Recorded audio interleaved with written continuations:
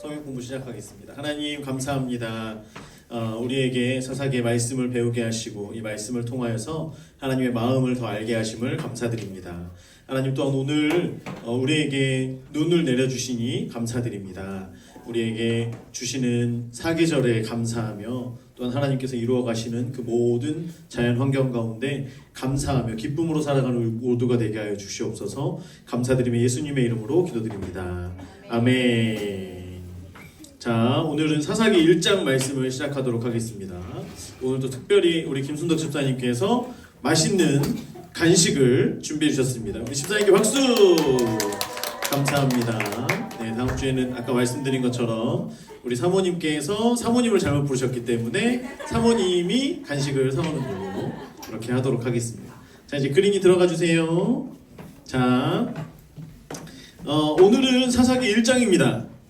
처음 하는 것 같죠? 네, 다 끝난 줄 알았는데 다시 시작하는 그런 거 아니고요. 사사기 1장 말씀을 보도록 하겠습니다. 사사기 1장을 먼저 펼쳐주시고요.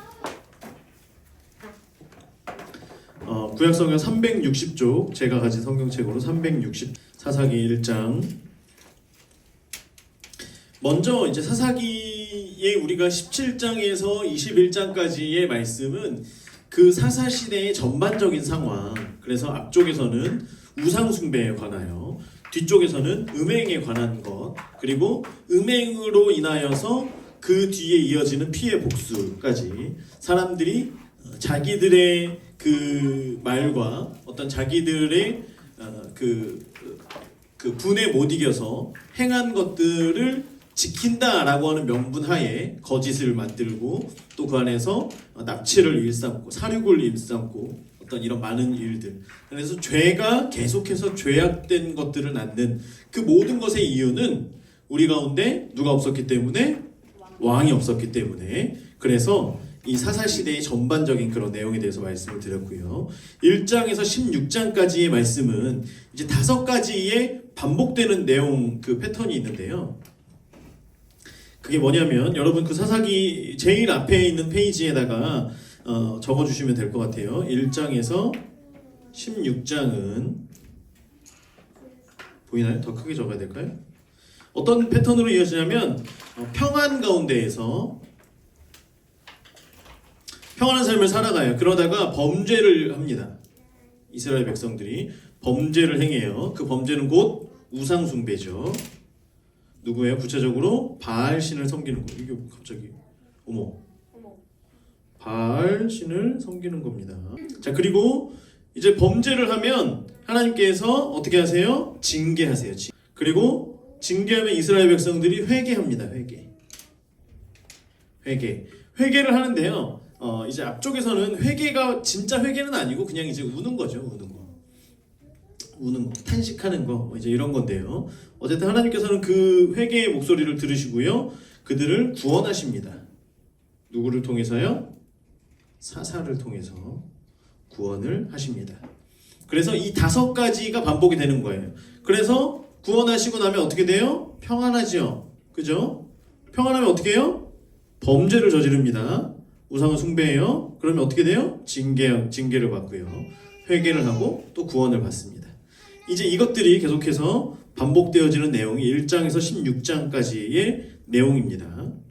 먼저 사사기를 누가 기록했느냐? 탈무드에는 사무엘이 사사기를 기록했다라고 기록되어 있어요. 탈무드에. 그런데 확실한 것은 아닙니다. 하지만 많은 학자들은 이 사사 시대에 대한 그 내용을 그러면 누가 적는 것이 가장 유력했을까? 역시 사무엘일 것이다 라고 이야기를 해요. 하지만 정확히 우린 사무엘이다 라고 말할 수는 없습니다. 추측하는 것 뿐이에요. 자, 그래서 1장의 말씀을 우리가 오늘 볼 건데 1장의 말씀을 보면 어떻게 사사시대가 시작이 되었는가에 대한 이야기들, 물론 우리가 17장부터 21장에 해당되는 그 내용들을 배워왔지만 이제 구체적으로 사사시대를 여는 부분에 대해서 이제 이야기가 나오고 있습니다. 그래서 먼저 우리가 신명기 7장 말씀을 보면요. 신명기 7장에는 지금 이제 여러분들 성경책의 제일 앞부분에 그 1장 그 옆에 있는 공간에다가 간단히 적어주시면 돼요. 신명기 7장에서는 하나님께서 뭐라고 말씀하시냐면 가나안 족속을 모두 진멸하라고 말씀하세요. 또한 두 번째로 그들과 언약을 맺지 말라고 말씀을 하십니다. 이 언약이라고 하는 것은 그들과 혼인하지 말라는 거예요. 그리고 그 주인과 종으로서의 언약을 맺지 말라는 거예요.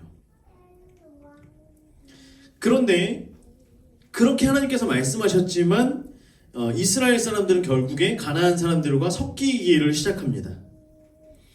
그래서 우리가 잘 알고 있어야 되는 것이 뭐냐면 우리가 이 땅을 살아가면서 세상을 살아갑니다. 그런데 이 세상을 살아갈 때에 우리는 이 땅을 정복하며 살아가는 것, 하나님의 말씀으로 순종하며 그 순종 가운데 정복하며 사는 것이 하나님의 뜻, 하나님의 방법이라고 한다면 하나님의 뜻에 하나님의 말씀에 순종하지 아니하는 사람들이 결국에는 세상 가운데 동화되면서 살아가게 되는 거예요. 이제 이것들이 계속해서 1장에 점점 그 말씀 가운데 나옵니다. 그래서 원래 인간은 창조되었을 때 아담이 창조되었을 그때의 에덴에서 하나님과 함께 하나님의 말씀을 듣는 사람이에요. 그리고 그것이 기쁨이고 그 기쁨의 장소가 곧 에덴이 되어지는 거예요. 그렇기 때문에 에덴은 그냥 단순히 에덴이라고 하는 기쁨이라고 하는 그 뜻으로서의 에덴이 아니라 하나님과의 말씀, 하나님과의 대화, 그분과의 교제가 있었기 때문에 그곳이 곧 뭐가 되는 거예요? 에덴, 기쁨이 되는 거예요. 아시겠어요? 우리의 삶 가운데 기쁨이 있기 위하여서는 하나님의 말씀, 하나님과의 교제가 있어야지 기쁨이 회복되는 것이고, 그리고 그것이 바로 에덴이 회복되어진다라고 우리는 말할 수 있는 것입니다. 그런데 하나님의 말씀대로 창조되어진 우리 인간이 하나님을 떠나서 죄악된 것들이 계속해서 우리 안에 꿈틀거리고, 그리고 죄악된 그 모습을 따라 살아가다가 보니까 자기 마음대로 살기를 시작하는 거예요. 하나님의 말씀하시는 대로, 말씀대로가 아니라 내 마음대로, 내 생각대로, 내 뜻대로, 내 결정대로, 또는 사람들이 이야기하는 대로, 세상의 방법대로 우리가 살아가게 되는 거예요. 그렇게 하면 곧 어떤 시대가 시작된다? 사사시대가 시작된다 라고 하는 것이 이 사사기의 말씀이고요. 1장에서 이야기하고 있는 내용입니다. 자, 그러면 1장을 한번 보도록 하겠습니다. 1장 1절에서 7절까지 네모 박스를 쳐주세요. 1절에서 7절까지 박스를 치겠습니다. 1절에서 7절, 그리고 8절에서 10절 주시고요. 11절에서 15절, 16절에서 21절, 그리고 죄송해요. 혹시 21절까지 다 하셨나요? 21절까지 해도 되고요. 20절까지 해도 될 거. 아니면 21절까지 치신 분들은 이걸 하나로, 그리고 30절부터 36절까지. 자, 치면서 들으세요. 성경을 이제 공부하고 하다가 보면 나이가 굉장히 중요한 부분들이 있습니다. 예를 들어 다니엘의 경우에 말씀을 드리면, 다니엘의 경우에는 17세에 포로로, 이제 바벨론의 포로로 잡혀가게 됩니다. 그리고 17세부터 그곳에서 방백으로서의 역할을 시작을 하게 되는데요. 그가 다니엘 6장에서 다리오 왕 때에 사람들의 음모에 의해서 사자굴에 들어가는 때의 나이가 80세예요. 80세. 그래서 우리가 다니엘이 사자굴에 들어간 그것을 생각할 때에, 이미지를 떠오를 때에, 어떤 그 애니메이션이나 이런 것들을 볼 때에 다니엘이 청년 다니엘로서, 좀 젊은 다니엘로서 들어가는 그런 이미지들을 많이 우리가 보아왔는데요. 그동안 실질적으로 이때의 나이는 80세가 된다라고 하는 거예요. 여호수아가 지금 1장 1절에 보면 여호수아가 죽은 후에라고 하면서 이제 이야기가 시작이 되는데요. 여호수아가 죽은 나이는 110세입니다. 110세. 거기다 이렇게 적어주세요. 110세.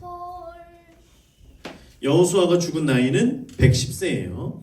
그런데 여호수아가 모세의 후계자로서 사역을 시작한 나이는 95세예요. 95세.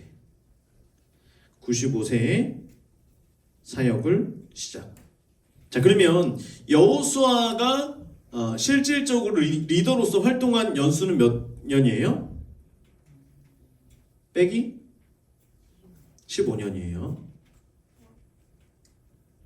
자, 그래서 하나님께서 여호수아가 사역을 시작할 때에 하나님께서 여호수아를 향하여서 계속해서 말씀하세요. 두려워하지 말아라. 내가 너와 함께 할 거다.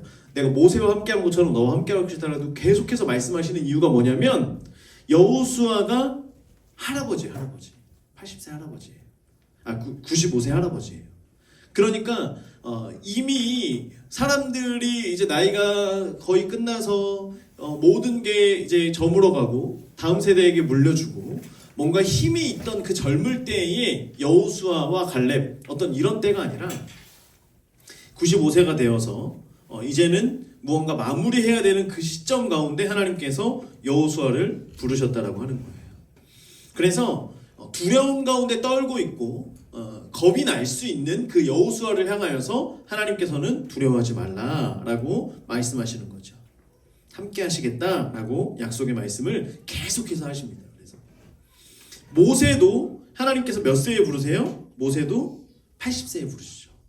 하나님께서 80세에 모세를 사용하시죠. 자, 그래서 중요한 것은 뭐냐면 하나님께서 약속하신 그 말씀, 그 약속의 말씀을 이루어가는 것은 나이와 상관이 있다 없다? 없다는 거예요. 나이와 상관없이 우리가 하나님 말씀에 순종하는 그때가 하나님께서 역사하시는 때이고 하나님의 말씀이 성취되어지는 때다라고 하는 것입니다. 성경에서 많은 사람들이 정말 모든 것이 다 끊어질 것만 같은 그때에 하나님께서 일을 이루어 가시는 일들을 우리가 계속해서 보는 거예요. 자, 그래서 1절에 이제 시작할 때 여호수아가 죽은 후에 라고 이제 기록이 되어 있지만 실질적으로 여호수아가 죽었다라고 하는 것은 2장 6절 말씀에 나옵니다. 그래서 지금 이 이야기는 어떤 걸 이야기하고 있는 거냐면 여호수아 때에 여호수아가 이제 죽을 이제 그때쯤에 일어났던 어떤 상황적인 배경들을 또 이야기해주고 있는 거예요. 그래서 여호수아가 죽은 후에라고 우리가 해석을 하는 것보다는 여호수아가 살아 있을 때부터의 전체적인 그 이스라엘 배경의 흐름을 이야기하는 거예요. 즉 이건 무슨 말이냐면 1장에 보면 각 지파들마다 땅을 정복해가는 이야기들에 대한 이야기가 있는 거거든요. 그런데 이 이야기는 단순히 여호수아가 죽은 후에 이렇게 됐다라고 하는 것이 아니라 여호수아가 살아있을 때부터 죽을 그때까지의 전체적인 그 흐름에 대한 이야기를 지금 설명을 하고 있는 것입니다. 그렇게 이해하면 돼요. 자, 지금 그래서 1절에 보면 이스라엘 자손이 여호와께 여쭈어 이르되 밑줄 그으세요. 노란색. 이스라엘 자손이 여호와께 뭐 했다고요? 여쭈어 이르되.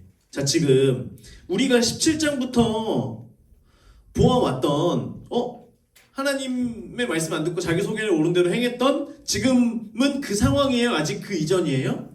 아직 그 이전이에요. 아직은 지금 사사시대에 정말 나중에 뒤에 보면 망나니 같은 어떤 이런 상황이 아직 시작되지 않은 거예요. 자, 이스라엘 자손이 여호와께 먼저 묻는 거예요. 우리 가운데 누가 먼저 올라가서 가나안 족속과 싸우리이까? 자, 이것은 여호수아 때에 하나님께서 약속하신 그 약속의 땅을 정복하기 위한 하나님 앞에 드리는 질문인 거예요. 모든 전쟁과 모든 것의 순서는 하나님 앞에 있기 때문에 하나님께 묻고 하나님께서 말씀하시면 가는 거예요. 그게 이제 지난번에도 말씀드렸던 다윗에 대해서 다윗은 적군이 바로 눈앞에까지 왔는데도 불구하고 하나님 싸울까요 말까요를 묻고 있는 거예요. 사람들이 볼 때는 야, 이 바보같이 그걸 그렇게 하면 어떻게 벌써 오기 전부터 준비를 하고 누가 나갈지, 그럼 누가 먼저 나가느냐, 이 사람을 이길 수 있는 힘을 가지고 있는 사람이 나가야 되는 거 아니냐 라고 사람들은 이야기할 수 있지만 그것이 아니라 우리는 하나님께 묻는 거예요. 하나님, 어떻게 할까요? 하나님 누가 먼저 갈까요? 하나님께서 말씀하시면 가겠습니다. 말씀하지 않으시면 가지 않겠습니다.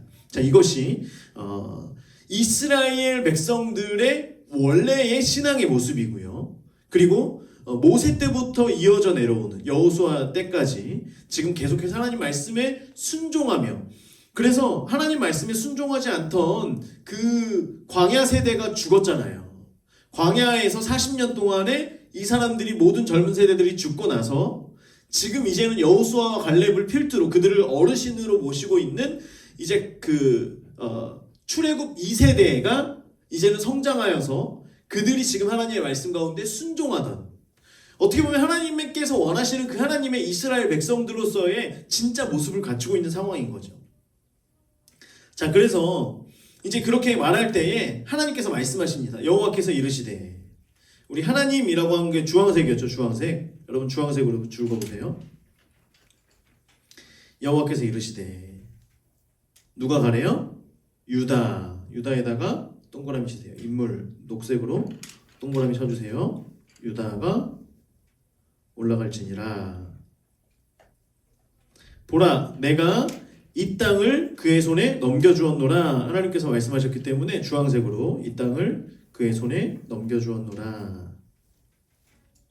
하시니라. 자, 하나님께서 이미 말씀하셨어요. 지금 유다가 싸우러 갔어요? 안 갔어요? 안 갔어요. 그런데 하나님께서는 이미 내가 이 땅을 그의 손에 넘겨주었다라고 하면서 유다를 보내십니다. 여러분, 이스라엘에서의 혈통적인 장남은 르우벤이에요. 르우벤. 그죠? 르우벤이 가장 큰 형입니다. 그리고 이스라엘에서의 영적인 장남은 유다예요. 혈통적인 장남이 르우벤이고요. 유다는 영적인 장남입니다. 그리고 축복의 장남은 누구냐면 요셉이에요. 그래서 하나님께서 하나님의 일들을 맡기실 때에 유다 족속, 유다 지파를 먼저 사용하시는데요. 왜 유다더러 가라고 말씀하시냐면, 자, 이거예요. 어떤 이제 그 전쟁을 시작해야 되는데, 그러니까 이제 여호수아를 필두로 해서 그 전쟁이 시작되어지는 가운데에 먼저는 유다가 가서 싸우는 거예요. 왜냐하면 우리가 제가 이제 만약에 이제 우리 모임 가운데에서 뭔가 질문을, 물론 질문을 드릴 건 아니지만, 자, 질문을 하려고 할 때 제가 예를 들어서 하늘이한테 어떤 질문을 먼저 시작을 할까요? 아니죠. 무언가 질문을 할 때에 이 질문에 대해서 제가 원하는 어떤 대답을 이끌어낼 수 있을 만한 사람에게 질문을 하는 거예요. 이거는 그 사람으로 하여금 이 질문의 답변에 대한 본이 될 수 있는 사람에게 그런 질문을 하는 겁니다. 마찬가지예요. 하나님께서 말씀하신 그 땅을 정복하는 데 있어서 먼저 싸우는 자가, 그가 먼저 본이 되고, 뒤따르는 자들은 그를 보면서 우리가 이렇게 싸우면 되는구나, 이렇게 싸우는 것이 하나님의 뜻이구나 라고 하는 것들을 따라가라 라고 하는 말씀에 유다를 선봉으로 지금 보내시는 겁니다. 자, 3절. 유다가 그의 형제 시므온에게 이르되, 시므온에다가 인물 동그라미 쳐주세요. 시므온. 자, 유다가 가서 시므온에게 말하는 거예요. 내가 제비를 뽑아서 얻은 땅에 나와 함께 올라가서, 노란색, 나와 함께 올라가서 가나안 족속과 싸우자. 그리하면 나도 내가 제비 뽑아 얻은 땅에 함께 가리라 하니 이에 시므온이 그와 함께 가니라. 자, 두 가지로 해석할 수 있습니다. 첫 번째는 유다가 지금 하나님의 말씀에, 하나님께서 유다더러 싸우라라고 말씀하셨는데 유다가 혼자 가지 않고 시므온과 같이 가려고 해요. 그럼 이거 하나님 앞에 순종이에요, 불순종이에요? 불순종인 거죠. 불순종으로 볼 수 있는 거예요. 자, 그런데 이제 그렇게 보는 견해가 한 가지가 있고, 또한 두 번째 견해는 뭐냐면, 야, 내가 싸울 건데 나랑 같이 가서 싸우자, 우리. 연합하는 것을 이야기할 수 있습니다. 그러면 이것은 하나님 말씀의 불순종일까? 연합일까? 정답은 연합이에요. 연합. 이제 뒤에 보면 나중에 그 이유에 대해서 말씀드리겠습니다만은, 시므온에게 가서 같이 싸우자라고 이야기를 하는 거예요. 연합하는 겁니다. 3절 앞에다가 연합 이렇게 적어주세요. 연합. 누구랑 누가 연합한 거예요? 유다와 시므온이 연합을 한 겁니다. 유다와 시므온이 연합을 한 거예요. 정복하기 어려워서가 아니에요. 정복하기 어려워서가 아니에요. 자, 시므온 지파를 보면요, 유다 지파보다 훨씬 세가 적습니다. 많지 않아요. 그래서 유다는 알았어요. 시므온이 땅을 정복하는 것이 어렵다 쉽다? 어렵다는 걸 알고 있었어요. 그래서 마치 이거예요. 우리가 부모 입장에서 부모 입장에서 혼자서 무언가를 할 수 있어요.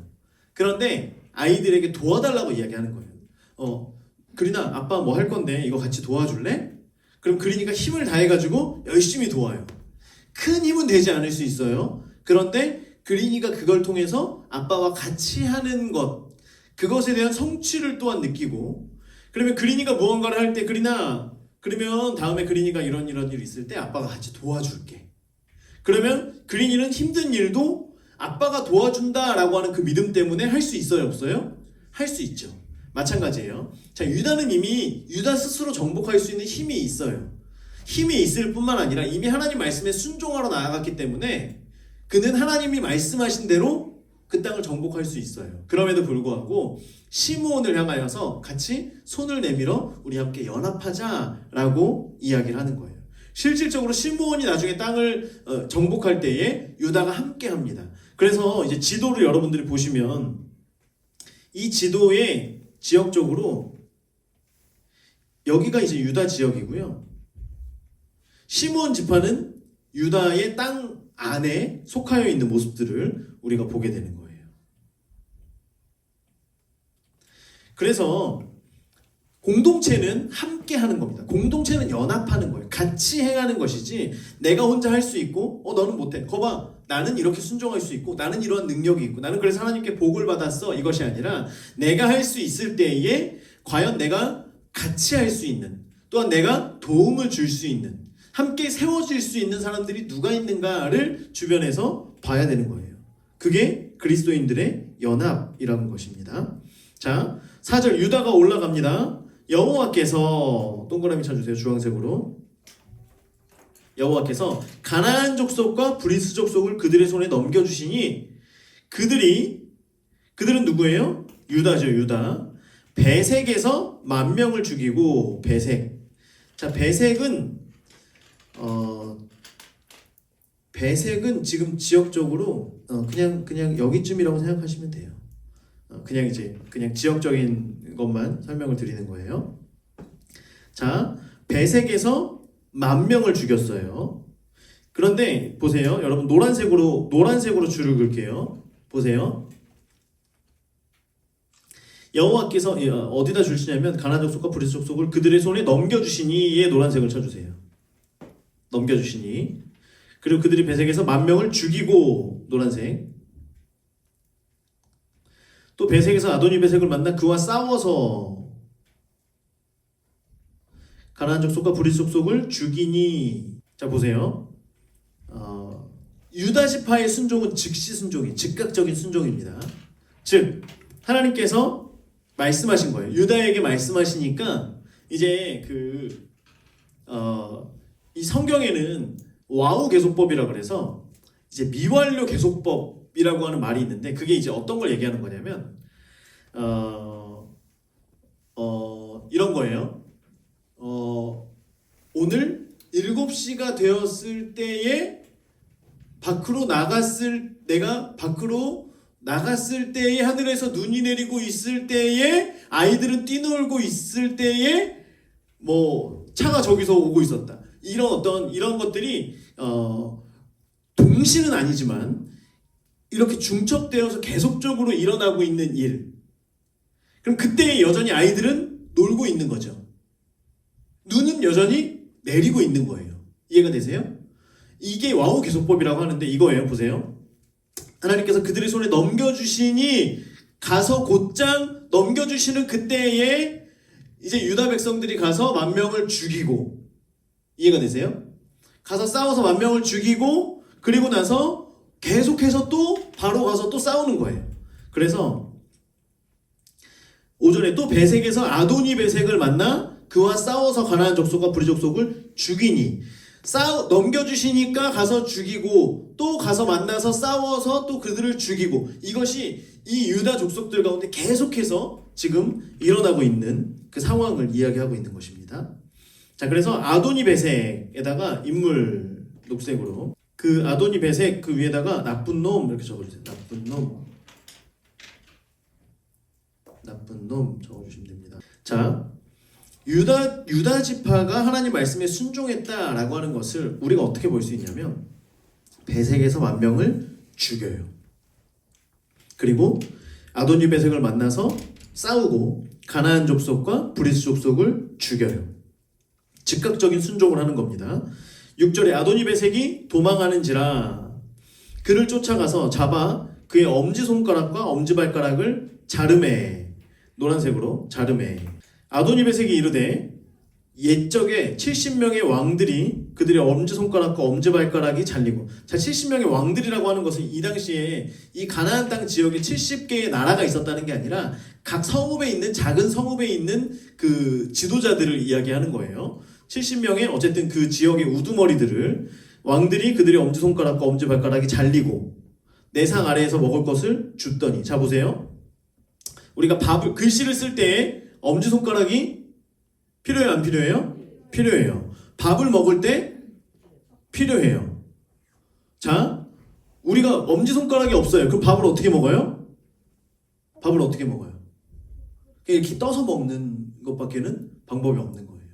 다른 어떤 도구를 쓰거나 이렇게 집어가지고 먹는 게 아니에요. 이 4개의 손가락으로 새끼가 죄송해요. 욕은 아니고요. 새끼 손가락이 없으면 집을 수 있어요? 없어요? 있어요. 엄지가 있기 때문에. 다 없고 2개만 있어도 집을 수 있어요? 있어요. 엄지가 없으면 집을 수 없어요. 그리고 엄지발가락이 없으면 차렷으로 일어설 수가 없다 그래요. 몸을 지탱할 수가 없다 그래요. 그래서 왕들이 엄지발가락이 잘린 상태에서 엄지손가락이 잘린 상태에서 그의 발 앞에서 기면서 그 상 아래에서 먹을 것을 주었다는 거예요. 너무 잔인하고 너무나 나쁜 놈이죠. 먹을 것을 줍더니 하나님이 주황색 내가 행한 대로 내게 갚으심이로다. 노란색 내가 행한 대로 내게 갚으심이로다. 그냥 스스로가 자백하는 거예요. 자백. 무슨 간증은 아니고요. 그냥 스스로 자백하는 거예요. 내가 옛날에 이런 나쁜 일을 저질렀는데 이렇게 됐다. 자, 그러면 보세요. 유다 지파가 왜 아도니 베색의 엄지손가락과 엄지발가락을 잘랐을까요? 사실 유다 지파가 싸우러 갈 때 이것에 대한 배경을 몰랐을 수 있어요. 이 아도니 베색이 얼마나 나쁜 놈인지 몰랐을 수 있거든요. 그런데 유다 족속은 정확하게 하나님 말씀에 순종하면서 그냥 만나면 모든 것을 다 죽이는 거예요. 이게 그들의 사명인 것인데 유일하게 하나님께서 말씀하시기를 아도니 베색은 먼저 엄지손가락과 엄지발가락을 잘라라 라는 것을 말씀하지 않았을까가 이 본문에 대한 해석입니다. 자, 그래서 그렇게 하고 나니까 아도니 베색이 아는 거예요. 아, 하나님께서 이렇게 하셨구나. 하나님께서 말씀하신 거구나 라고 하는 걸 아는 거예요. 무리가 그를 끄고 예루살렘에 이르렀더니 그가 거기서 죽었더라. 어차피 죽을 사람인데 이제 하나님의 그 말씀에 따라서 이제 이런 것들이 이루어졌다라고 하는 거죠. 자, 8절부터 10절 말씀. 계속해서 유다 지파가 정복하는 20절까지는 유다 지파의 정복 이야기인데요. 유다 자손이 예루살렘을 쳐서에다가 노란색으로 죽으시고요. 싸웠다 밑에 적어주세요. 싸웠다. 먼저 그 전에 그 7절 말씀에서 조금 더 설명을 드리면 아도니 베색이 그의 3대로 심은 대로 거두게 됩니다. 자, 성경 말씀 갈라디아서 6장 7절을 한번 읽어볼까요? 시작. 스스로 속이지 말라. 하나님은 업신여김을 받지 아니하시나니 사람이 무엇으로 심든지 그대로 거두리라. 사람이 무엇으로 심으면 심은 대로 어떻게 된다? 거둔다라고 하나님께서 말씀하시는 거예요. 여러분, 우리가 이 땅을 살아가면서 우리는 지금 무엇을 거두고 있습니까? 우리는 무엇을 지금 심고 있습니까? 사람들은 살아간다라고 이야기를 합니다만 실질적으로 우리의 삶은 우리가 지금 무엇을 심느냐에 따라서 나중에 무엇을 거두냐는 것을 알 수 있다라고 하는 거예요. 누구든지 심은 대로 거두는 그들의 인생을 살아가게 된다라고 하는 것입니다.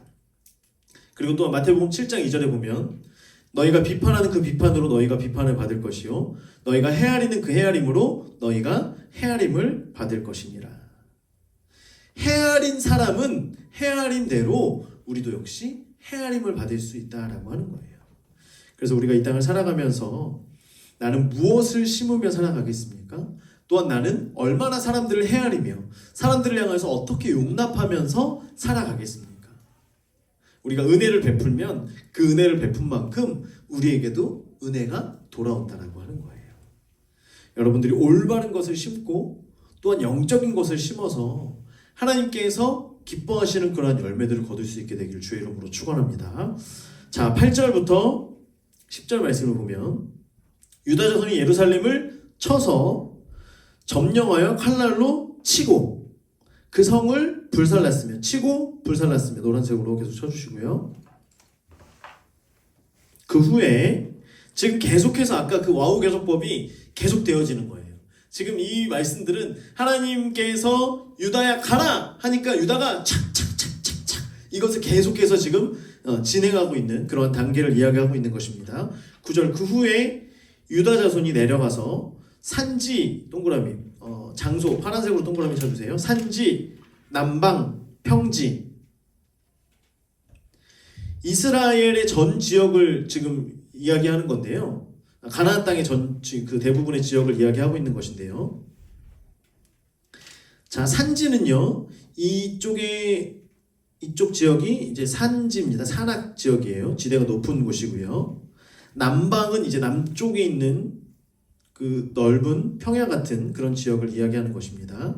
여기가 남방이고요. 그리고 평지라고 하는 것은 쉐펠라 평지라 그래서 쉐펠라라고 해서 이제 이쪽에 해당되는 바닷가 쪽으로 이어지는 땅에 있는 평지인데 우리가 생각하는 것처럼 어떤 들 평지 이것이 아니라 거기에는 골짜기도 있고요. 그 구릉지대라고 우리말로 표현을 하거든요. 낮은 골짜기도 있고 높은 데 말고 낮은 골짜기도 있고 그래서 이쪽 지역에서는 굉장히 어떤 그 전쟁이나 이런 것들이 많이 일어나는 그런 곳이라 그래요. 그냥 아시면 됩니다. 그래서 이제 유다 지파들은 이 전체 지역을 지금 그 전쟁 가운데 있다라고 하는 것을 이야기하고 있는 거예요. 그래서 전 지역에 걸쳐서 유다 지파는 지금 열심히 싸우고 있는 중이에요. 지금 이거를 말씀하고 있는 거예요. 자, 10절 유다가 또 가서 헤브론에 거주하는 가나안 족속을 쳐서 또 노란색으로 쳐주세요. 그 옆에 사람 인물로 세세, 아히만, 달메 세세, 아히만, 달메 그래서 그 옆에다가 가나안 3대 영웅 적어주세요. 세세, 아히만, 달메, 가나안 3대 영웅. 이 사람들은요 아낙 자손입니다. 아낙 자손은 누구냐면 그 가데스 바네아에서 이스라엘들이 정탐꾼으로 들어갔을 때의 아낙 자손들 거인족을 보게 되죠.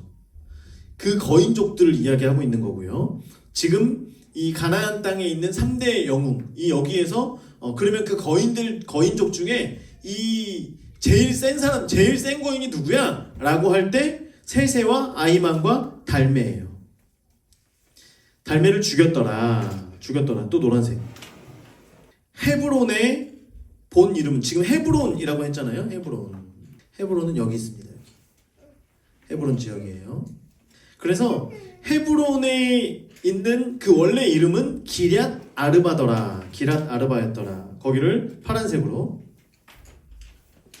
기럇이라는 거는 그 옆에다가 이렇게 쭉 해주시고요. 쭉 거주시고 기럇 아르바에서 기럇에다가 이렇게 쭉 거주시고 성읍. 그래서 기럇 아르바는 아르바의 성읍이라는 뜻이에요. 아르바의 성읍이라는 뜻입니다. 자, 그래서 아르바의 성읍에 있는 가나안 3대 영웅 세세와 아히만과 달메. 세세와 아히만과 달메의 아버지는 아르바예요. 아르바. 굳이 안 적으셔도 되고 그냥 아시면 됩니다. 자, 헤브론에다가 헤브론은 그 옆에다가 연합 교제 이렇게 적어주세요. 헤브론의 이름의 뜻은 연합, 연결, 연합, 교제. 그래서 헤브론이라고 하는 것은 하나님과의 교제가 이루어지는 장소를 이야기하는 거예요. 아브라함이 롯과 사람이 많아져서 서로 갈라지죠. 그때 롯은 그 소돔 땅으로 소돔과 고모라 그곳으로 가고요. 이제 아브라함이 어디로 가냐면 헤브론으로 가게 됩니다. 헤브론. 거기에서 하나님께서 아브라함아 고개를 들어라 라고 하면서 땅을 바라보고 동서남북을 보고 하늘을 보고 하면서 약속의 말씀을 다시 한번 말씀하시죠. 그게 거기가 헤브론이에요. 하나님과의 교제가 있는 곳입니다. 자, 또 그 장소는 아브라함이 천사 셋을 대접한 곳 있죠. 그곳 역시 헤브론이에요. 헤브론. 그래서 헤브론은 하나님과의 교제가 있는 곳입니다. 교제가 있는 곳. 지금 기럇 아르바를 정복하고 나서 이곳의 이름을 뭘로 바꿨어요? 헤브론으로 바꾼 거예요. 이해가 되시죠? 이 이스라엘 그 가나안 땅에 원래 이름이 있는데요. 이스라엘 백성들은 가서 그곳에 영적인 깃발을 꼽는 거예요. 여기는 이곳은 원래 하나님과의 교제가 있는 그곳이다 라고 하면서 그 영적인 깃발을 그 헤브론 땅에다가 기럇 아르바 땅에다가 꼽는 거예요. 그리고 이름을 바꾸는 겁니다. 여러분, 이 땅은요, 이곳은 누가 정복하느냐에 따라서 그곳의 영적인 기류가 달라지는 거예요. 우리가 이 땅을 살아갈 때 우리가 어디를 정복하느냐, 어느 곳을 우리가 살아가느냐, 그리고 그곳을 내가 영적으로 어떻게 정복하느냐에 따라서 그곳의 영적인 흐름이 달라진다라고 하는 것입니다. 여러분들이 학교에 있을 때요, 학교에서 보면 믿지 않는 친구들이 많이 있죠? 그렇다고 해서 우리가 두려워할 게 없어요. 우리는 그곳에 가서 영적으로 하나님의 깃발을 꼽는 거예요. 그곳에 가서 기도하는 거. 하나님, 이곳을 예수 그리스도의 보혈로 덮어주십시오. 우리가 일하는 곳에 가서, 일터에 가서 기도하잖아요. 하나님, 예수 그리스도의 보혈로 이곳을 덮어주세요. 그분의 사랑으로 이곳에 넘치게 해주세요. 그분의 성령의 기름을 이 자리 가운데 부어주세요. 이 자리 가운데 함께 해주세요. 우리가 영적으로 그곳에 선포하며 그곳에 깃발을 꽂을 때에 그곳의 이름이 바뀌는 거예요. 헤브론으로 바뀌고 우리의 영적인 그런 이름들로 바뀌어져 가는 것입니다. 자, 11절에서 15절 말씀. 조금 빨리 갈게요. 거기서 나아가서 드빌의 주민들을 쳤으니, 드빌은 성소를 이야기하는 건데요. 드빌의 본 이름은, 자, 지금도 보세요. 성소라고 하는 곳으로 이름을 바꾼 거예요. 여전히 유다 족속들이 이제 한 곳을 쳤는데 기럇 세벨.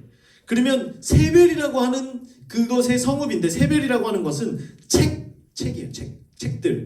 책들을 이야기하는 겁니다. 그래서 기럇 세벨이라고 하는 것은 신들에 관한, 우상 숭배에 관한 여러 신들에 대한 그 책이 모셔진 그 성읍을 이야기하는 거예요. 그러면 이곳은 가나안의 영적 중심지인 거죠.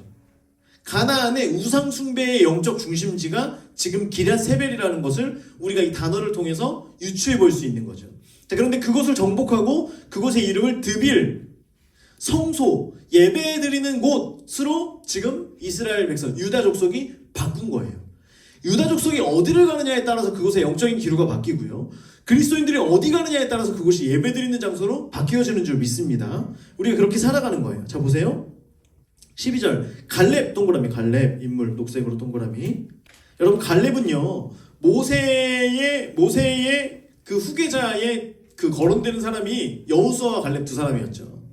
그런데 갈렙이 아니고 여호수아가 지도자가 됩니다. 여호수아가. 갈렙은요, 만년 2인자가 되는 거예요. 만년 2인자가 돼요.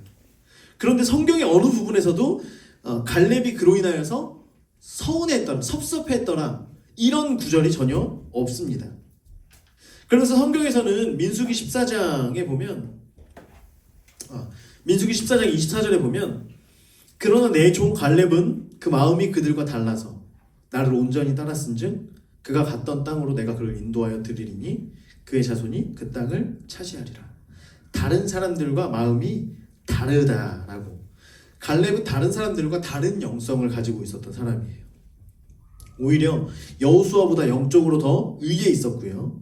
여호수아보다 더 능가하는 일들을 그런 영적으로 이 심는 일들을 지금 하게 되는데요. 보세요. 12절에 보면 갈렙이 말합니다. 기랴세벨을 쳐서, 지금 이 기랴세벨 여기 드빌로 만드는 그 과정을 얘기하는 거예요. 기랴세벨을 쳐서 그것을 점령하는 자, 갈렙이 말하는 거예요. 점령하는 자에게는 내 딸 악사를 아내로 주리라. 노란색으로. 내 딸 악사를 아내로 주리라. 지금 갈렙은요, 다음 세대를 세우는 거예요. 갈렙이 지금 이 땅을 차지할 수 있어요, 없어요? 있어요.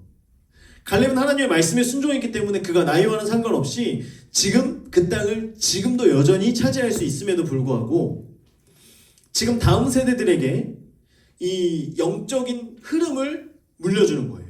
영적인 유산을 지금 물려주는 거예요. 다음 세대 중에 일어날 사람 누구냐? 그래, 나는 이제 이렇게 하나님 말씀에 순종했는데 나 다음으로 나와 같이 순종할 사람 일어나라 라고 지금 이야기하는 거예요. 내 딸 악사를 아내로 주리라 하였더니 갈렙의 아우 그나스의 아들 온니엘의 녹색 옆에다 적어주세요. 조카죠. 조카. 갈렙의 아우 그나스의 아들 온니엘, 조카입니다. 조카가 그것을 점령하는 거예요. 점령하였으므로, 노란색, 점령하였으므로 갈렙이 그의 딸 악사를 그에게 아내로 주었더라. 노란색. 자, 보세요. 갈렙이 얘기하는 거예요. 거기를 점령할 사람 누구 있냐? 거기를 점령하면 내가 내 딸 악사를 아내로 주겠다 라고 하자마자 지금 계속 와우 계속법이에요. 여러분, 지금 하나님 말씀에 순종하는 이 순종의 사람들의 자세가, 이 유다 지파의 자세가 와우 계속법이에요. 야, 그런 사람 누구냐? 라고 했더니 지금 그 온니엘이 어느새 후다닥 가가지고 그것을 점령해가지고 지금 온 거예요. 그러니까 바로 갈렙은 약속한 대로 딸을 그에게 지금 주는 거예요. 여러분, 상황이 이해가 되세요? 마치 그 만화나 이런 거 보면 얘기하고 있는 데에 벌써 가가지고 점령해가지고 장인어른 하면서 지금 오는 거예요. 이제는 뭐 삼촌, 뭐 큰아버지 이게 아니라 장인어른 저 왔습니다. 너 벌써 갔다 왔어? 나 지금 얘기하고 있었는데. 이것이 바로 하나님 앞에서 말씀에 순종하는 사람들의 반응이라고 하는 것입니다. 말하고 있는 때에 그는 벌써 출발해서 그 말씀대로 순종하고, 그리고 그 순종한 그를 향하여서 갈렙은 약속한 대로 그의 딸을 그에게 지금 주고 있는 상황이에요. 자, 그런데 거기서 또 놀라운 건 뭐냐면 악사가 출가할 때, 딸이 이제 출가할 때 그에게 청하여. 여러분, 딸은요 시집 갈 때 부모님에게 있는 걸 다 가져가려고 그러죠. 그죠? 딸은 다 가져가요. 본인이 모은 것도 있지만 엄마 아빠 나에게 뭐 줄 거예요? 나 시집 갈 때 뭐 해줄 거예요? 이제 이게 딸의 이야기라고 해요. 자, 그런데 이제 이것을 믿음의 눈으로 우리가 보면, 그냥 읽으면 악사가 갈 때 아버지 저에게 밭을 좀 주세요, 샘물도 좀 주세요, 이렇게 요청하는 것으로 보일 수 있지만 실질적으로는 악사 또한 믿음의 고백의 선포를 하는 것을 우리가 보게 됩니다. 자, 여기도 계속해서 와우 계속법인데요. 악사가 출가할 때 그에게 청하여, 노란색, 청하여. 지금 그는 누구냐면 온니엘이에요. 온니엘을 청하여에다가 충동질 써주세요. 충동질. 지금 충동질하는 거예요. 악사가 온니엘에게 충동질하는 거예요. 자, 온니엘은 그 땅을 정복했어요. 악사가 이미 악사를 알고 있었죠. 당연히 친척 관계니까요. 알고 있었고 너무 예뻤어요. 정말 온니엘 같은 아내가 있었으면 좋겠다. 그래서 나오자마자 바로 가서 믿음의 어떤 그런 전쟁을 하고서 왔어요. 그런데 그렇게 와서 만족해 있는 온니엘을 향하여서 지금 충동질하는 거예요. 악사가. 보세요. 뭐라고 충동질하냐면 자기 아버지에게 밭을 구하자, 노란색, 밭을 구하자. 밭에다가 옆에 들판이라고 적어요. 들판입니다. 실질적인 의미는 들판이에요. 들판. 그래서 드빌 주변에 있는 들판을 달라고 하자 얘기하는 거예요. 지금 밭을 구하자 하고 나귀에서 내림에 난 가다가 갑자기 그 남편을 충동질해가지고 여보 우리 밭을 달라고 합시다. 그리고서 나귀에서 내린 거예요. 갈렙이 묻는 거예요. 네가 뭘 원하냐? 뭔가 할 말이 있으니까 지금 내린 거 아니야? 그러니까요. 이르되 내게 복을 주소서. 밑줄 복을 주소서. 아버지께서 나를 남방으로 보내시니 샘물도 내게 주소서. 밑줄 샘물도 내게 주소서. 갈렙이 윗샘 장소로 파란색 동그라미 윗샘 아랫샘 그에게 주었더라. 노란색. 자 보세요. 지금 이제 드빌 그 기레세벨을 이제 정복했어요. 그 주변에 있는 지역들 윗샘과 아랫샘 아직 정복 전이에요. 악사는 이미 알았어요. 지금 이 유다 지파의 모든 사람들은 이미 하나님께서 이 땅을 우리에게 주셨구나 라고 하는 믿음으로 지금 이미 그 땅이 우리 거인 거예요. 지금 누가 보면 이게 아버지 땅인 것처럼 우리가 해석할 수 있는데 그게 아니라 지금 아직 그 드빌 주변에 있는 들판들에 있는 많은 땅들은 지금 아직 정복하기 전인 거예요.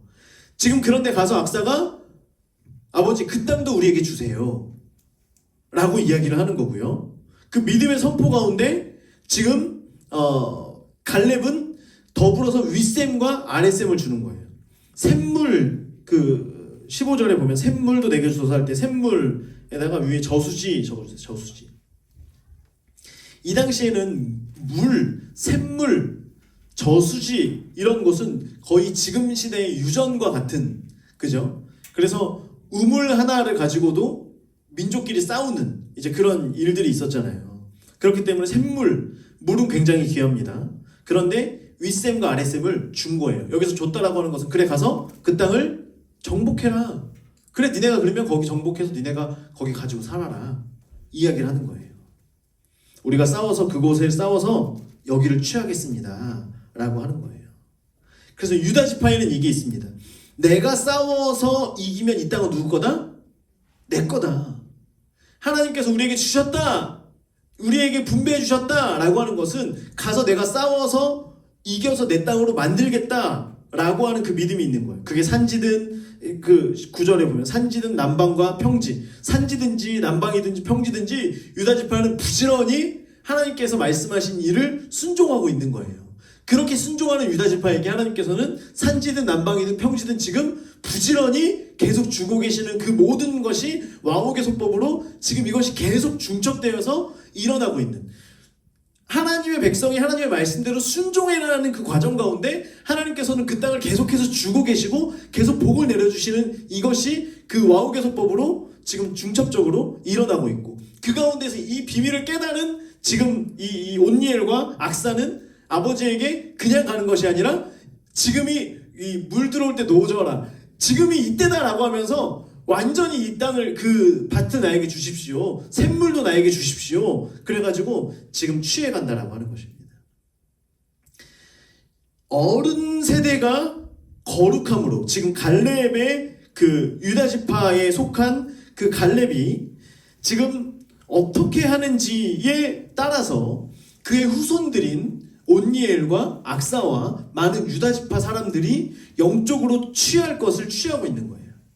어른 세대가 하나님 앞에 거룩함으로 그 말씀 가운데 순종하는 것을 볼 때에 그 다음 세대 역시 하나님 앞에 거룩한 열정을 가지고 거룩한 열망을 가지고 이 땅을 살아가게 된다라고 하는 것입니다.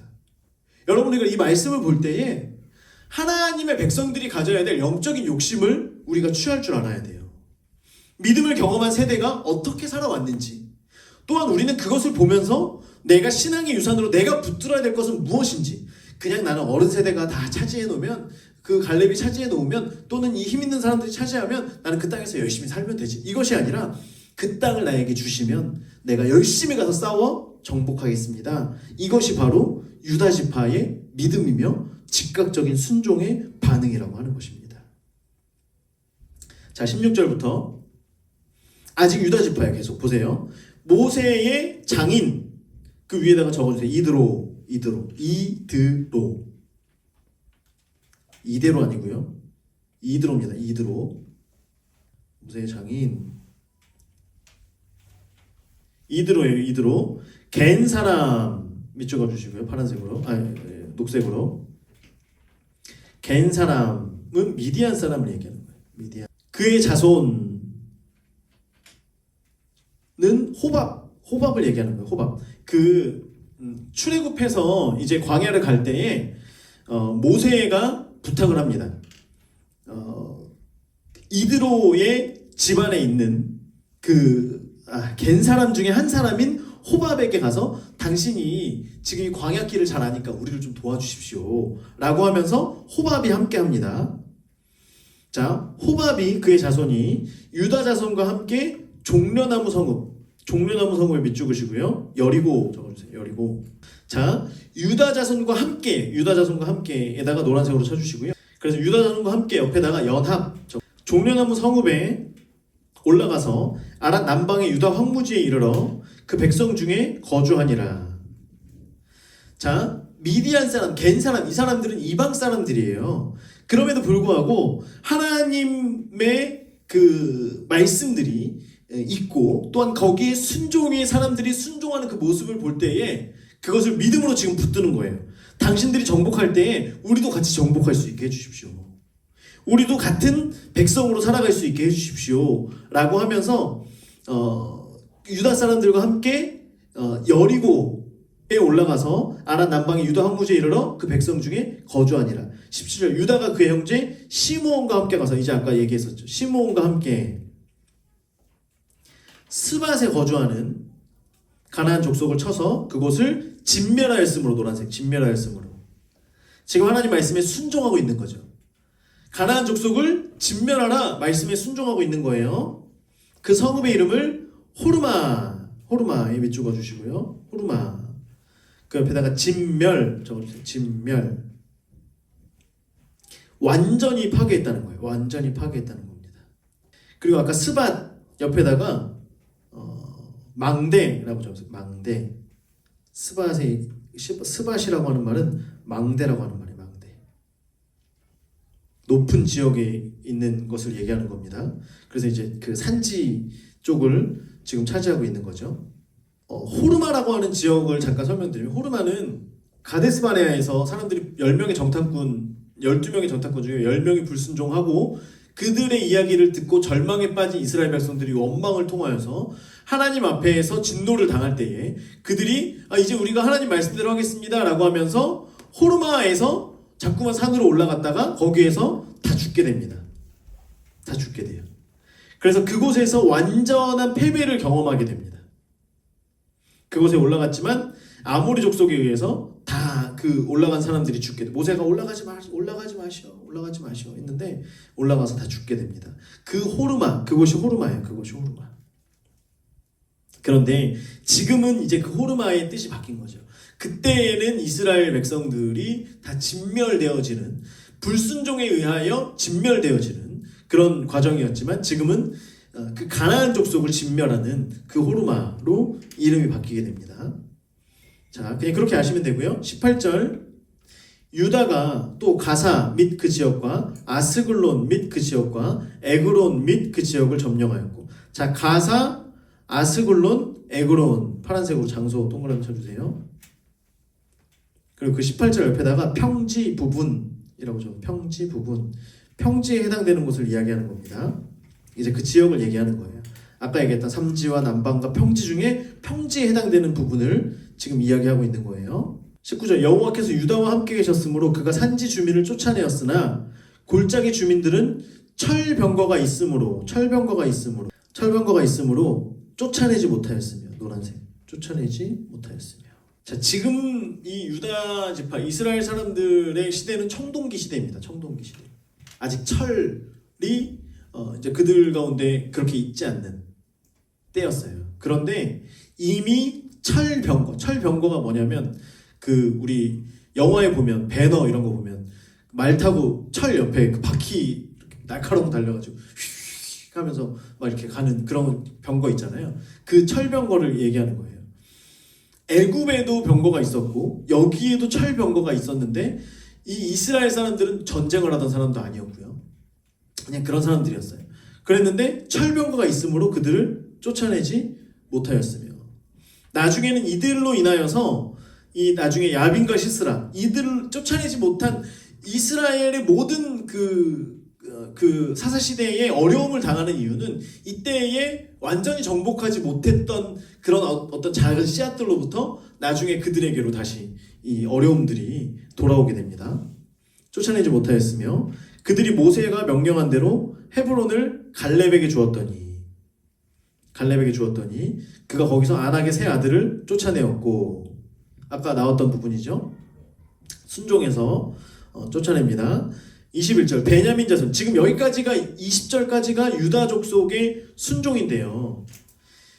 정말 유다 족속의 그 모습들을 보면 하나님 말씀대로 즉각적인 순종, 즉각적인 반응, 그리고 영적으로 거룩함을 거룩한 그 영적인 일들을 행하기 위하여서 열심히 노력하였고, 또한 갈렙 역시 그 영적인 것을 유산으로 물려주기 위해서 노력을 하는 그 모습들, 이것을 또한 차지하는 그들의 자녀와 또한 그런 그 유다 지파의 모습들, 그럼에도 불구하고 쫓아내지 못한 족속이 있었다라고 하는 거예요.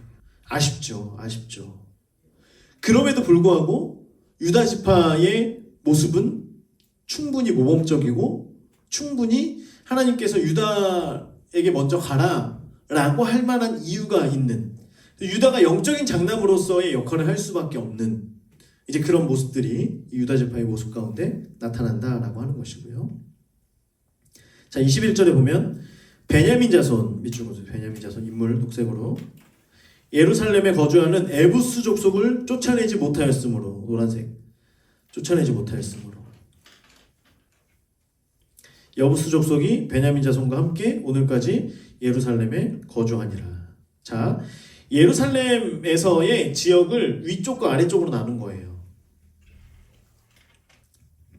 보세요. 지금 여기 보면 잘 안 보일 수 있는데요. 여기가 예루살렘이고요. 예루살렘의 아래쪽에 해당되는 부분을 지금 유다 지파가 차지한 거고요. 위쪽에 해당되는 여기가 베냐민 지파인데요. 이 베냐민 지파가 예루살렘 위쪽에 해당되는 이쪽 부분을 정복하지 못했다는 거예요. 그래서 여부스 족속이 여전히 남아 있었고요. 이 여부스 족속을 언제 쫓아내냐면 다윗 때에 쫓아내게 됩니다. 다윗 때에. 그래서 여부스라고 여전히 이제 불리는 지역이 있었다라고 하는 것이죠. 자, 22절 요셉 가문. 자, 이제 유다 지파의 모습을 보고 다른 지파들이 움직이기를 시작합니다.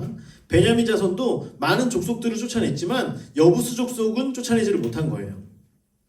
요셉 가문도 보세요.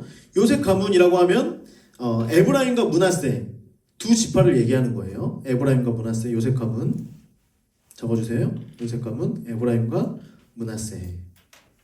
그런데 에브라임과 므낫세를 요셉 가문으로 칭하는 것은 유다 지파가 연합하였던 것처럼 요셉 가문도 지금 연합하는 거예요. 에브라임과 므낫세가 같이 연합하는 겁니다. 여러분, 연합이라고 하는 것은 사실 어려워요. 그리고 연합할 수 있는 사람은요, 굉장히 겸손한 사람들만 할 수 있습니다. 연합은 쉽게 이루어지는 것이 아니고요. 연합했다가 깨지는 공동체들이 굉장히 많이 있는데요. 자, 지금 요셉 가문도 그 모습을 보면서 연합해서 갑니다만 나중에 깨지게 됩니다. 뒤에서는 깨지게 돼요. 7월 올라가니 여호와께서 그와 함께 하시니라. 여호와 하나님, 주황색으로 여호와께서 그와 함께 하시니라. 여호와께서 함께 하셨다라고 하는 말은 하나님께서 기뻐하셨다는 거예요. 하나님께서 지금 요셉 가문이 연합하는 그것을 하나님께서 기뻐하셨다라고 하는 거예요. 자, 그러면 요셉 가문을 하나님께서 기뻐하셨으면 유다 지파처럼 열심히 싸우는 데에 최선을 다해야 돼요. 그런데 지금 뭘 하냐면 23절에 요셉 가문이 베델을 정탐하게 하였는데, 정탐에다가 동그라미 쳐주시고요. 실수 적어주세요. 실수. 에브라임과 므낫세 지파가 연합하여서 갔는데 베델을 그냥 정복하기 위해서 간 것이 아니라 정탐함으로 인하여서 죄를 짓게 됩니다. 그 성읍의 본 이름은 루스라. 자, 24절 정탐꾼들이 그 성읍에서 한 사람이 나오는 것을 본 거예요. 자, 베델을 성을 둘러쌌어요. 베델에 있는 성을 둘러쌌는데, 베델에 있는 성을 둘러싸고 나니까 여기를 어떻게 해야 되지? 정탐꾼들이 이제 정탐을 하기 시작했어요. 그런데 그 성읍에서 한 사람이 나오는 것을 본 거예요. 그냥 정탐하러 갔는데, 여러분 정탐하러 갈 때 정문으로 가요, 안 가요? 안 가죠. 정탐꾼들은 그 옆으로 해가지고 이렇게 돌아갔을 거 아니에요. 그런데 그 성에 있던 한 사람을 만난 거예요. 그럼 분명히 이 사람도 정문으로 나온 거예요, 아니에요? 아니에요. 그럼 어딘가가 성을 들어갈 수 있는 길이 있다라고 하는 걸 이 정탐꾼들이 깨닫게 된 거죠. 자, 굉장히 큰 일을 한 겁니다. 보세요. 한 사람이 나오는 것을 보고 그에게 이르되 청하노니 그 성읍의 입구를 우리에게 보이라. 입구 동그라미 치시고요. 개구멍 적으세요. 개구멍. 정문을 나에게 알려달라, 이게 아니에요. 그죠? 정탐꾼들이 가가지고 상식적으로 야, 여기 니네 정문이 어디야 도대체? 이 성의 정문이 왜 이렇게 안 보여? 정문이 어딘지 알려줘. 이게 아니라 야, 이 성을 출입할 수 있는 지금 네가 나온 그곳이 어디냐? 우리한테 알려줘라. 그러면 우리가 너를 선대하리라에다가 빨간색으로 가주세요. 빨간색. 지금 이 요셉 가문의 실수가 이거예요. 하나님께서는 그들과 언약을 맺지 말라고 하셨는데 지금 거기에서 그냥 나온 그 사람과 언약을 맺어버린 거예요. 여리고성에서 기생 라합과 그 정탐꾼들이 언약을 맺잖아요. 거기에서의 언약은 기생 라합이 하나님을 향한 믿음을 가지고 반응했을 때에 그 믿음에 대한 언약을 맺은 것이지, 지금 여기에서는 그냥 이 사람들이 야, 너 거기에 대해서 알려주면 우리가 너를 선대할게, 너를 죽이지 않고 너를 지켜줄게. 그들 마음대로 어떤 믿음의 경로와는 상관없이 그냥 자신들 마음대로 언약을 맺어버린 거죠. 자, 25절. 그 사람이 성읍의 입구를 가리킨지라. 안 가르쳐줄 수 없죠. 지금 여기서 안 가르쳐주면 죽는 것밖에 없으니까 가르쳐준 거예요. 이에 그들이 칼날로 성읍을 쳤으되 오직 그 사람과 그의 가족을 놓아보내매. 그 사람과 그의 가족을 놓아보내매. 진멸시키지 않은 거예요. 하나님의 말씀대로 순종하지 않은 거예요. 스스로가 꾀를 내는 거예요. 스스로가 이런 방법으로 이렇게 하면 되겠구나 라고 하면서 스스로 꾀를 냅니다. 하나님께 묻지 않고요, 말씀대로 살려고 하는 그 모습이 지금 이 요셉 가문에게는 보이지 않는 거예요. 하나님의 말씀대로. 하나님께서 이미 기뻐하셨으면 하나님의 말씀대로 가서 치면 되는 것인데 그게 아니라 정탐꾼을 보냈어요. 정탐꾼을 보낸 것도 잘못인데 그 정탐꾼들이 가서 또 한 것은 그들과 언약을 맺어버리는 거예요. 그리고 언약을 맺었다라고 해서 또 그 약속을 또 지켜나가는 거예요. 지금 하나님께서 하지 말라는 일들을 하고 있는 거죠. 계속해서. 그 사람이 햇사람들의 땅에 가서 성읍을 건축하고 그것의 이름을 루스라 하였더니 오늘까지 그곳의 이름이 되니라. 자, 루스라고 하는 것을 점령하러 갔는데 거기를 거기를 점령하고 이 사람들을 살려주었더니 이 사람들이 다른 곳에 가서 우리는 루스 사람이니까 여기를 우리의 루스로 만들자. 그래서 루스라고 이름을 하면서 거기에서 오늘까지 살아갔다라고 하는 것입니다.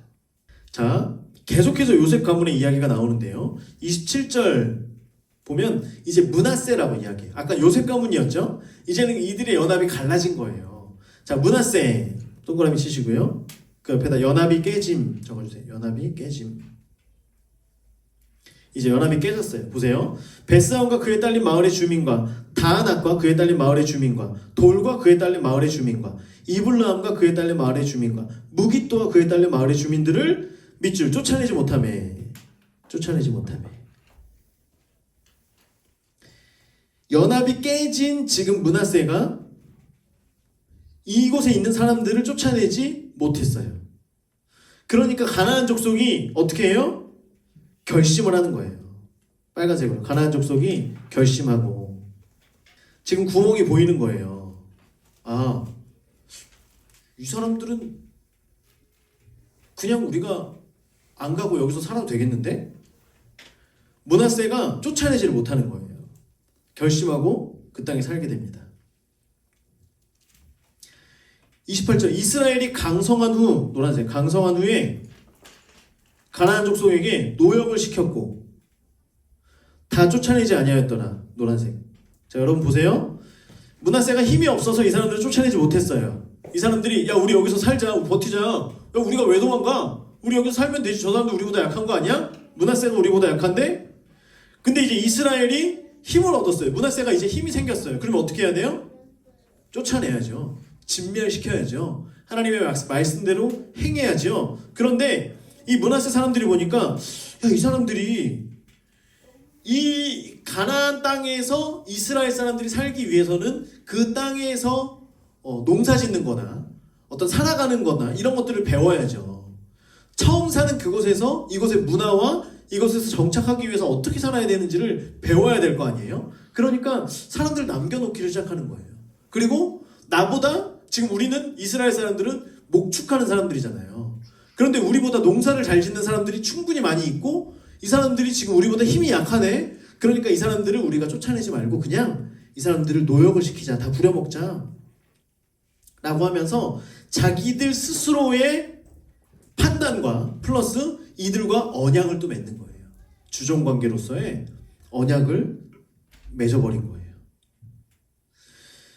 보세요. 우리가 하나님께서 말씀하신 거는 다 진멸시켜놔요.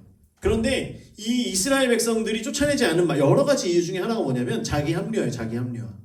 우리가 여기 살려면 이 사람들의 도움이 필요한 거 아니야? 그리고 이 사람들이 여기서 오랫동안 살았기 때문에 이 사람들과 같이 화합해서 하면 더 큰 어떤 결과를 이룰 수 있는 거 아니야? 이제 이렇게 자기 합리화를 시키다 보니까요. 거짓된 것은 사라지고요. 자기 스스로 합리화시키고 자기 스스로의 어떤 불순종에 대한 핑계를 대는 그런 사람들만 점점 남아서기를 시작하는 겁니다. 자, 에브라임 29절 에브라임. 지금 이 요셉 가문의 또 다른 에브라임. 에브라임이 게셀에 거주하는 가나안 족속을 쫓아내지 못하매 밑줄. 가나안 족속이 게셀에서 그들 중에 거주하였더라. 그들 중에 밑줄 붙이고요. 그들 중에. 그 밑에다 적어주세요. 그들 가운데 깊이. 그들 가운데 깊이 거주했다는 거예요. 자, 에브라임이 쫓아내지 못했어요.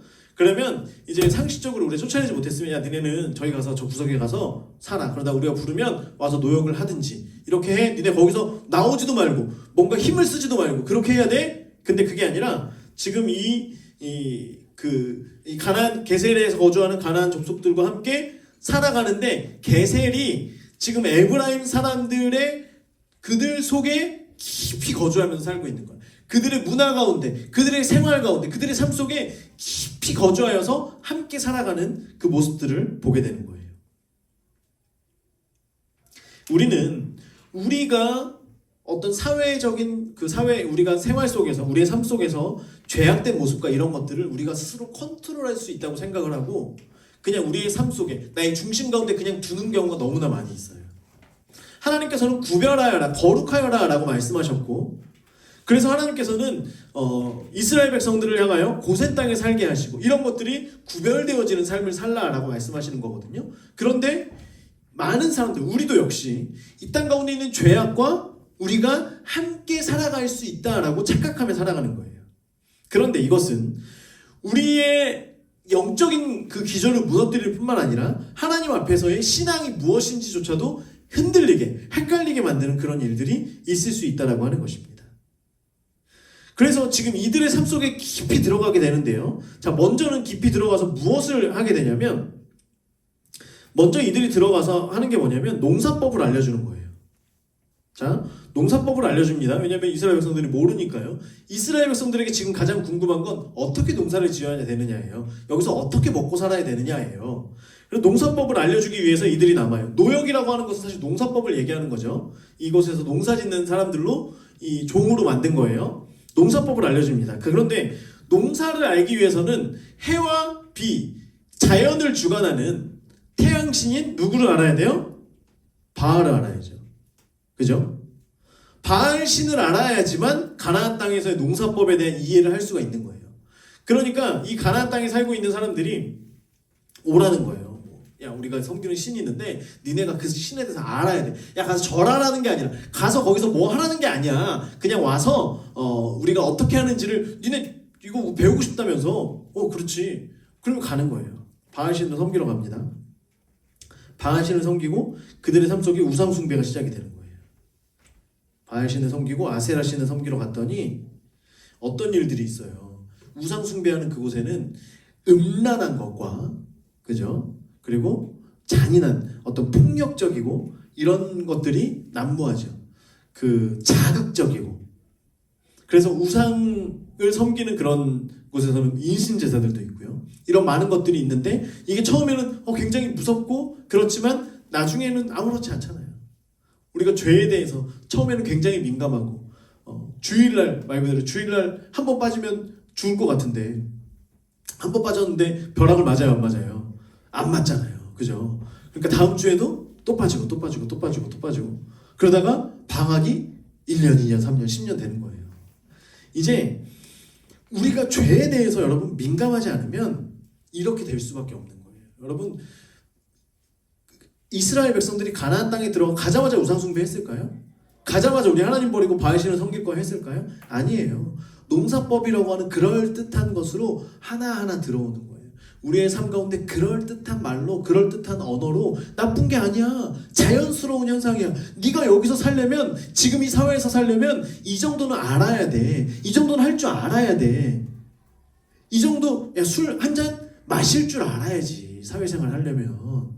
이렇게 얘기하는 거, 이렇게 그건 거짓말도 아니야. 이런 것들이 너무나 우리 안에 파고들고 있다라고 하는 거예요. 자, 여러분, 죄악된 것은 모양도 따라가지 않는 저 여러분 되길 주의 이름으로 축원합니다. 보세요. 30절부터 보면 이제 다 끝났어요. 다 끝났어요.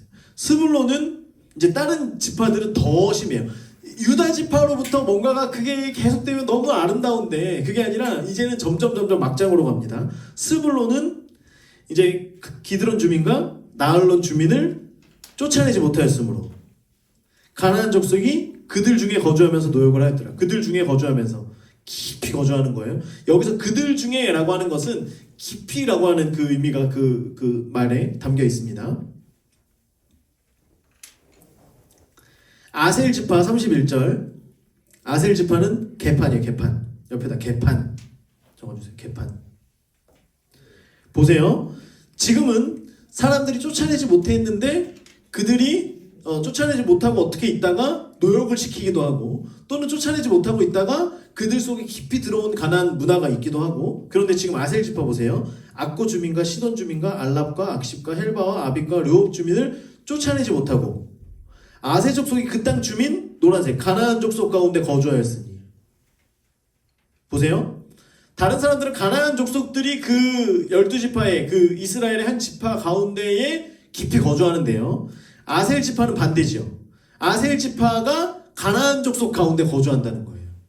이거는 그 땅을 지금 정복을 하는 어떤 시도도 거의 없는 거예요. 그냥 가서 그 땅에서 살면서 그 사람들 속에 들어간 거예요. 이해가 되시죠? 죄악된 것이 들어온 것이 아니라 그냥 죄악된 곳으로 그냥 이 사람들이 뛰어 들어가서 거기에서 사는 거예요.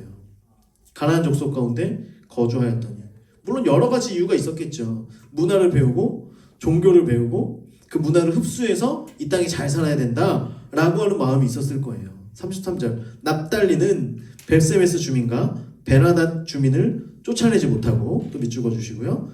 가나안 그 땅 주민 가나안 족속 가운데 거주하였으나 똑같아요. 똑같아. 벨세메스와 베나닷 주민들이 그들에게 노역을 하였더라.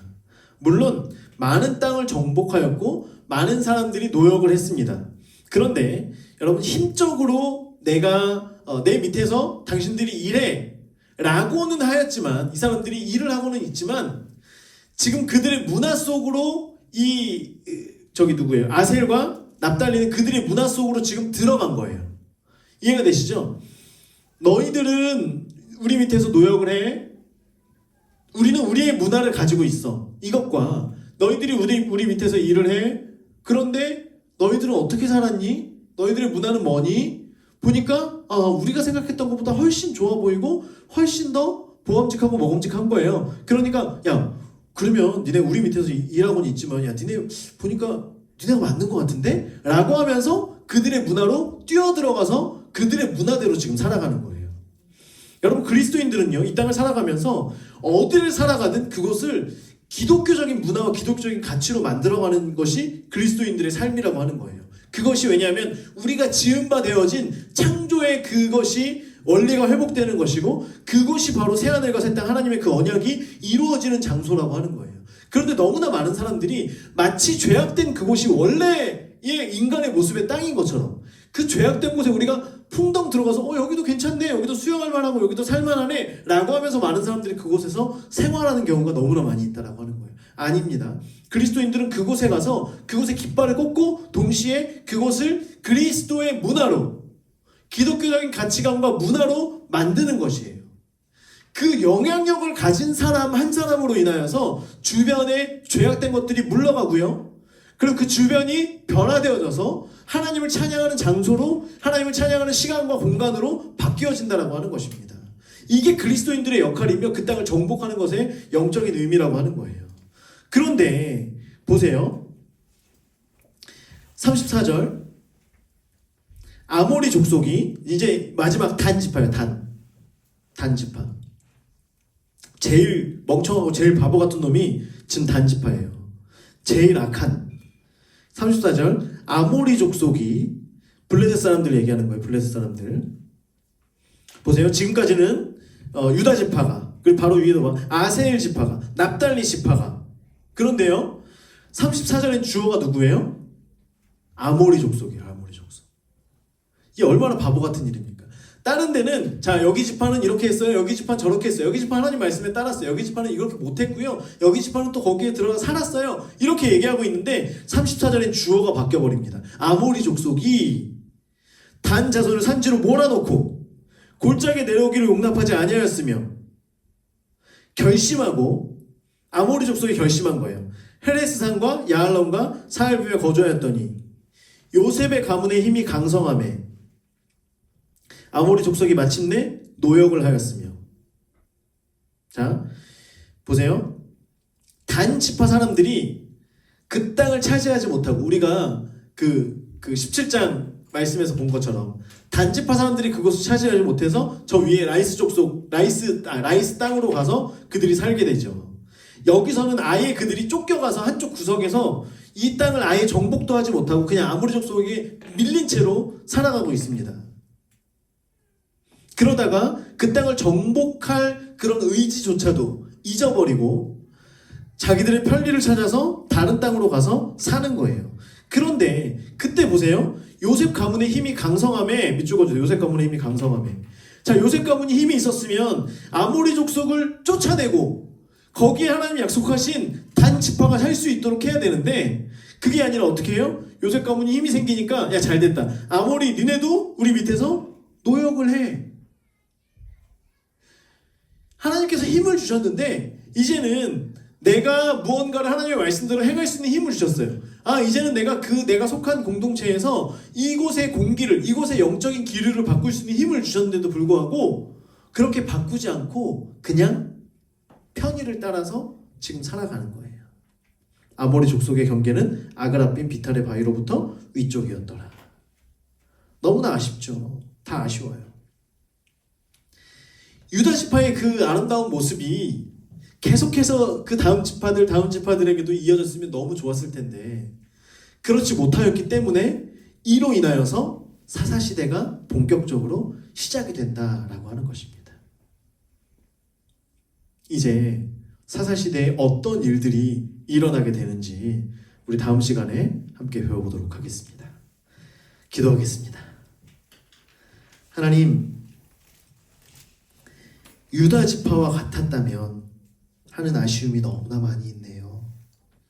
하나님, 우리의 삶이 하나님 말씀하시는 그 말씀에 순종하며 하나님 말씀대로 살아가지 못한 그런 우리의 모습 가운데 그냥 좌절하고 포기하고 넘어지고 그냥 생활 속에 그 문화 속에 그 죄악 가운데 동화되어서 그렇게 살아가는 우리의 삶이 아니라 하나님, 우리를 향하여 영적인 깃발을 꽂기를 원하시고 하나님, 우리를 향하여 그 땅을 정복하라 말씀하시고 하나님, 우리를 향한 죄악된 그 모든 것들은 진멸하라 말씀하실 때에 유다 지파처럼, 갈렙처럼, 온니엘처럼 그 말씀 가운데 즉각 순종하고 즉각 반응할 수 있는 그러한 영적인 사람들 되게 하여 주시옵소서. 하나님, 우리의 삶의 왕이 되어 주시옵소서. 나의 인생에, 나의 가정에, 우리의 공동체에 왕으로 임하여 주시옵소서. 예수님의 이름으로 기도드립니다. 아멘.